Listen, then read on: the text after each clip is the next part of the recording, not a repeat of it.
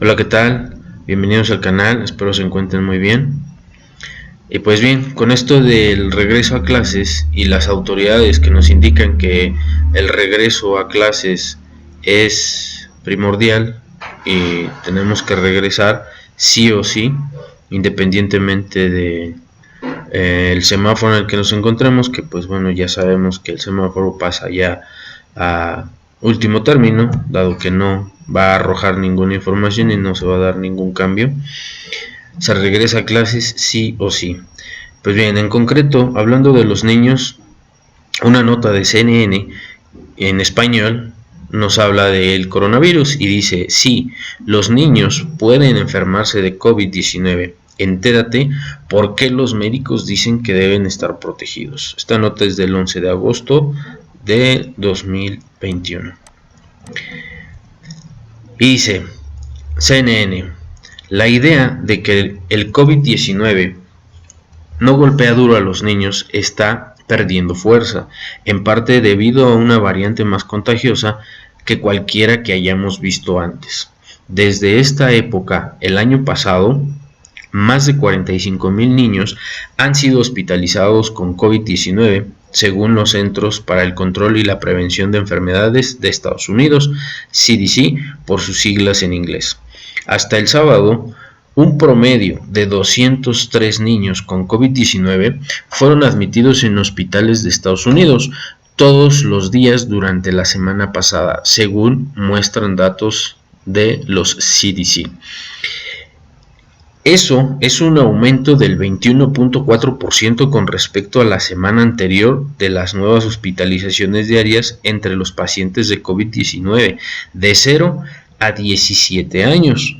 Y dicen: la mitad de los niños que hemos admitido eran menores de 2 años, dijo el doctor Mark Lane, médico en jefe del Children's Hospital de New Orleans. Este virus con el que estamos lidiando ahora cambia las reglas del juego, dijo Klein el lunes. Se transmite muy fácilmente de persona a persona. Mientras los adultos debaten las órdenes de uso de mascarillas escolares, si se debe vacunar a los niños mayores, la variante Delta, ahora dominante, sigue apuntando a los que no están vacunados, incluidos algunos niños demasiado pequeños para vacunarse. Los médicos dicen que es crucial proteger a los niños contra la variante Delta, no solo para preservar el aprendizaje en persona y proteger su propia salud, sino para ayudar a evitar que surjan variantes aún más agresivas. O sea, si los niños en cierta manera sí son más resistentes al virus, de alguna manera podrían estar ayudando a que se esté mutando el virus, independientemente de que ya vimos que sí se enferman y que hay casos graves de niños. Independientemente de esto, que no hubiera ningún caso y que no se enfermaran los niños, sí ayudan a que se estén dando mutaciones y esto puedan surgir alguna variante muchísimo más contagiosa que la Delta, y aparte puede ser muchísimo más agresiva. Aumentan las infecciones y hospitalizaciones infantiles por COVID-19. Desde el último año escolar, una variante más contagiosa, Alfa, ha sido reemplazada por una variante aún más contagiosa, Delta, como la variante dominante de coronavirus en Estados Unidos. La variante Delta es tan contagiosa como la varicela, dicen los CDC.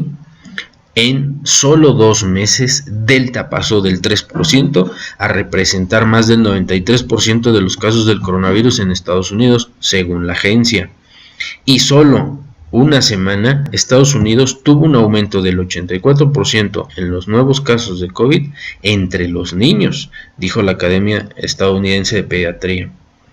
Los 71.726 nuevos casos pediátricos del 22 al 29 de julio marcaron un aumento sustancial con respecto a la semana anterior, cuando se reportaron 39,000 nuevos casos entre niños, dijo la AP. Y con un aumento de hospitalizaciones pediátricas por COVID-19, no solo los niños con afecciones preexistentes son hospitalizados. Este dato es importante. No solo los que tienen afecciones preexistentes se llegan a hospitalizar. Dice que casi la mitad, o sea un 46.4% de los niños hospitalizados con COVID-19 entre marzo de 2020 y junio de 2021 no tenían una afección subyacente conocida, según los datos de la CDC, de casi 100 condados de Estados Unidos. Ahora bien, nos dice aquí, las muertes por COVID-19 en niños no deben ignorarse, dice la jefa de los CDC. Si bien los niños tienen muchas menos probabilidades de morir de COVID-19 que los adultos, pero las muertes siguen siendo significativas, dijo la directora de los CDC, la doctora Rochelle Walensky. Al menos 542 niños de 0 a 18 años han muerto de COVID-19, según datos del Centro Nacional de Estadísticas de Salud. Creo que caemos en este pensamiento erróneo de decir que solo 400 de estas 600,000 muertes por COVID-19 han sido niños, dijo Walensky en julio. ¿Por qué? Porque ella dice, se supone que los niños no deben morir, por lo tanto 400 es una cantidad enorme. Y teniendo en cuenta que no solo es que lleguen a morir los niños, sino también que pueden provocar que se estén dando mutaciones y este virus adquiera un nivel más agresivo. Ahora, ¿qué tienen que ver estos datos de Estados Unidos con México? Pues nada más entender que en Estados Unidos lleva más del 50% del total de su población vacunada. Y nosotros aquí en México no llegamos a la mitad de la población vacunada. Sí hacen mención que un 70%, pero esto es en adultos mayores, pero casi no se da el porcentaje total de la población que se lleva vacunada en el país. Si Estados Unidos lleva más de la mitad de su población vacunada y tiene problemas por esta variante Delta, tanto en adultos como en niños, pues ¿qué esperamos en nuestro país? Por ahí hay un dicho que dice que si ves las barbas de tu vecino cortar, pon las tuyas a remojar. Debemos de aprender y tomar medidas dado lo que está sucediendo en Estados Unidos también. Y esta gráfica nos marca aquí, al día 10 de agosto, que tenemos un 39.87%, pero recibió por lo menos una vacuna, o sea, ha recibido por lo menos una vacuna el 39.87% de la población, pero él recibió todas las vacunas necesarias para la inmunización apenas un 21.47% del total de la población mexicana. Entonces, nos falta mucho por vacunar y lo que se está viendo es algo grave, sobre todo si las autoridades nos dicen que no hay tanto riesgo en niños, en personas vacunadas, pero aún estando vacunados sí se puede dar este riesgo. Ahora bien, vamos a escuchar qué es lo que dice nuestro subsecretario de Salud respecto a la vacunación. Las vacunas contra la COVID-19 tienen como propósito fundamental reducir la mortalidad. Las personas vacunadas pueden tener infección, pueden tener incluso enfermedad, pero la probabilidad de que tengan enfermedad grave, que terminen en un hospital o peor aún que pierdan la vida, se reduce sustancialmente. Concretamente en personas adultas mayores, desde la semana 18 de 2021 logramos la cobertura de 70% de 60 o más años de edad. Y a partir de ahí vimos una acelerada reducción en la probabilidad de morir por COVID. Antes de la vacuna, 40 de cada 100 personas con COVID perdían la vida. Después de la vacuna, 8 de cada 100 personas pierden la vida por COVID. Estaremos documentando cómo los efectos positivos de la vacuna van ocurriendo en todos los grupos de edad conforme logramos amplias coberturas de vacunación. Pues bien, una cosa es la que dicen los expertos y otra cosa muy diferente la que está mencionando el subsecretario de Salud. Pero aquí también hay otro actor más en la educación, que es el maestro que le aplicaron la vacuna a CanSino. Vamos a ver qué se opina acerca de esta vacuna. Y precisamente sobre esta vacuna CanSino, la doctora en biología molecular por la Universidad de Oxford, Rosalind Lemus Martin, habla acerca de ella en una entrevista realizada por Pascal Beltrán del Río o para Imagen Radio. Vamos a escuchar esta entrevista, un fragmento de ella. Doctora, ¿cómo le va? Bien, Pascal, buenos días. Bueno, pues, supongo que le habrá llamado muchísimo la atención este anuncio por parte de CanSino. Así es, totalmente. Varios científicos ayer justo estábamos discutiendo esto, porque sí nos llama mucho la atención. ¿Por qué nos llama la atención? Porque, bueno, CanSino todavía no ha dado a conocer los resultados de su fase 3. Los resultados preliminares no ha dado a conocer como tal los resultados, ¿no? Solamente ha dado a conocer por medio de comunicados, ¿no? Ha dicho cuál es la eficacia, etcétera, pero nunca ha mostrado como tal los resultados, ¿no? de esta fase 3. Entonces, ha causado mucha confusión. Muchas personas que están vacunadas con esta vacuna, obviamente, pues se sienten inseguras de si realmente están protegidas o no. Uh-huh. Y entonces ayer ellos lanzan otro comunicado diciendo que aún ese comunicado deja aún más dudas. ¿Por qué? Porque dice que se necesita un refuerzo de la vacuna a los 6 meses, ¿no? Que ellos lo indican en el comunicado como una protección amplificada, pero el lenguaje puede sugerir que obviamente la protección disminuye y por lo tanto se necesita este refuerzo a los 6 meses. COFEPRIS, bueno, lo que se sugiere es que aprobó esta vacuna con resultados de fase 2, porque es lo único que han publicado. Fase 2, no se ha publicado fase 3. Ya pasaron bastantes meses después del reclutamiento que se hizo en México, ¿no? Uh-huh. Que fue el año pasado. Y bueno, ya casi se va a cumplir un año y todavía no han dado a conocer los resultados. Entonces, por eso esta vacuna tiene muchas dudas detrás, ¿no? ¿Usted diría que no debió haberse, con la información disponible, no debió haberse aplicado la vacuna CanSino en México? Así es, totalmente. Con una fase 2 no se debe de aprobar una vacuna. Obviamente, COFEPRIS tiene esa información confidencial, nunca se supo exactamente cómo se aprobó, uh-huh. Pero por la información que tenemos es muy evidente que solamente se aprobó con fase 2, porque fase 2 es lo único que tienen publicado. Obviamente, CanSino le tuvo que haber dado el dossier a COFEPRIS con información de seguridad y de eficacia, pero de fase 3, que recordemos que esto parece muy similar a lo que pasó en Rusia, que se aprobó Sputnik con resultados de fase 2 solamente en Rusia, ¿no? Ya después, obviamente, ellos sacaban los resultados de fase 3 y ya se aprobó en otras partes del mundo, pero en Rusia se había aprobado solamente con fase 2, lo cual por protocolo es incorrecto, porque los resultados de fase 3 son los que realmente determinan la eficacia real de la vacuna. Porque pasó con otras vacunas, en Australia, por ejemplo, que en fase 2 mostraban buenos resultados, y ya en la fase 3 ya no mostraban buenos resultados y esa vacuna no se podía aprobar o claro, se desechó al final el desarrollo.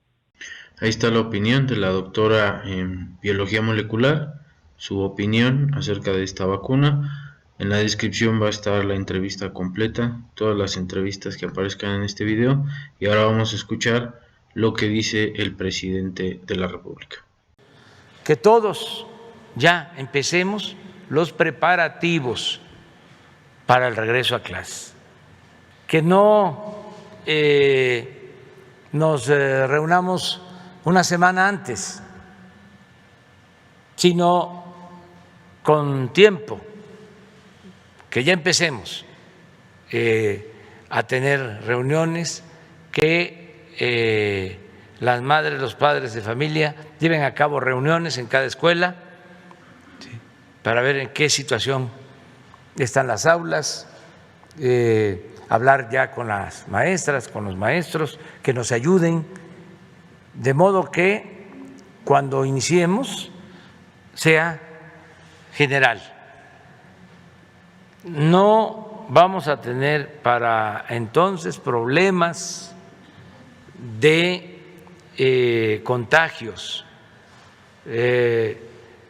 que puedan poner en riesgo a los niños, a los jóvenes, a maestras, a maestros, al personal educativo, porque está demostrado de que la pandemia afecta más a las personas mayores. Ya para entonces vamos a tener vacunados pues a todos los adultos mayores, a todos, incluso no solo mayores de 60, ya mayores de 50 años, o sea, la gente mayor. Vea, ayer llegamos al 41% del total de vacunados mayores de 18 años. Entonces, como no vamos a tener escasez de vacunas, al contrario, vamos a tener más vacunas y estamos vacunando en promedio 500, 600 mil personas diarias. Se va a seguir avanzando en la vacunación. Ya los maestros están vacunados y en el caso de los niños y en el caso de los jóvenes, cuando hay contagio, los riesgos son menores.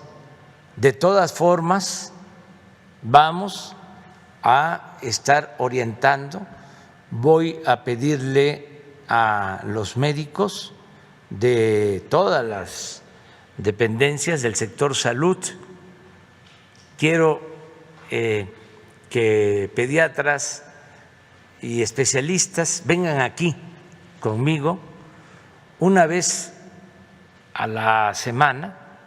Esto no son los directivos, sino los médicos. Y ahora en una noticia de Econuno, en una nota que realizaron, ¿qué opinan algunos médicos aquí en México sobre el COVID en los niños y el regreso a clases? Me han solicitado consulta vía virtual y si han sido niños, te platico, 2 años, 3 meses, 4 años, 8 años, 12 años, 14 años, 13 años, ¿no? ¿Y cuáles son las complicaciones? Después de que salgan del cuadro, siguen con dificultad respiratoria, pero ya es por el proceso de cicatrización a nivel pulmonar que empiezan a tener alteraciones. Pues sí, definitivamente pueden mermar la capacidad pulmonar total o la capacidad funcional pulmonar. Hasta el 8 de agosto de 2021, la Secretaría de Salud tiene contabilizados 60.928 casos confirmados de COVID-19 entre menores de 0 a 17 años, con un total de 613 defunciones. La opinión médica es una: no es tiempo de iniciar clases presenciales. Porque las condiciones epidemiológicas definitivamente no marcan una tendencia descendente como para permitir o considerar que esto es seguro en este momento. Pues bien, ahí tenemos diferentes posturas. Al final cada uno tendrá su propio juicio, sabiendo, entendiendo la postura del gobierno que la educación es primordial, súper esencial y cierto, es importante, no la podemos dejar. Pero también debemos entender que en este momento, dadas como están las cosas, lo más conveniente sería que no se diera un regreso a clases. No porque no se dé el regreso a clases, se tiene que dar, está el virus. Aún con el virus tiene que darse el regreso a clases. Pero ahorita, como se están dando las cosas, con esos aumentos y con esa gravedad, yo considero que no es momento para un regreso a clases. Esperemos qué sucede todavía de aquí al 30 de agosto. Si van disminuyendo los casos, tal vez será conveniente, que tendremos que aprender a convivir con este virus que llegó de alguna manera para quedarse y que también él está luchando por sobrevivir y evolucionando, mutándose. Nosotros tendremos que aprender a cómo cuidarnos, a cómo protegernos y pues mientras el juicio lo tiene cada uno. Eso es todo. Saludos y hasta la próxima.